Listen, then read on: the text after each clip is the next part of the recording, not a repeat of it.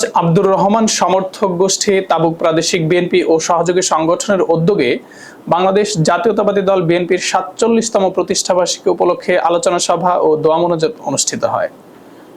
ইসমাইল খান টিটুর তথ্যচিত্রে বিস্তারিত।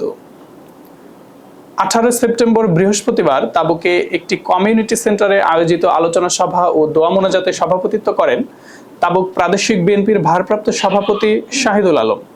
প্রধান অতিথি ছিলেন সৌদি আরব পশ্চিম অঞ্চল বাংলাদেশ জাতীয়তাবাদী প্রবাসী কল্যাণ ফোরামের সভাপতি মোহাম্মদ শাহজাহান। প্রধান বক্তা ছিলেন সৌদি আরব পশ্চিম অঞ্চল বাংলাদেশ জাতীয়তাবাদী প্রবাসী কল্যাণ ফোরামের সাধারণ সম্পাদক মোহাম্মদ তসলিম উদ্দিন। তাবুক প্রাদেশিক যুবদলের সাধারণ সম্পাদক মঞ্জুরুল হকের সঞ্চালনায় বিশেষ বক্তা ছিলেন তাবুক প্রাদেশিক বিএনপির সাধারণ সম্পাদক মোহাম্মদ জুয়েল খান ও সাংগঠনিক সম্পাদক ফয়সাল আহমেদ।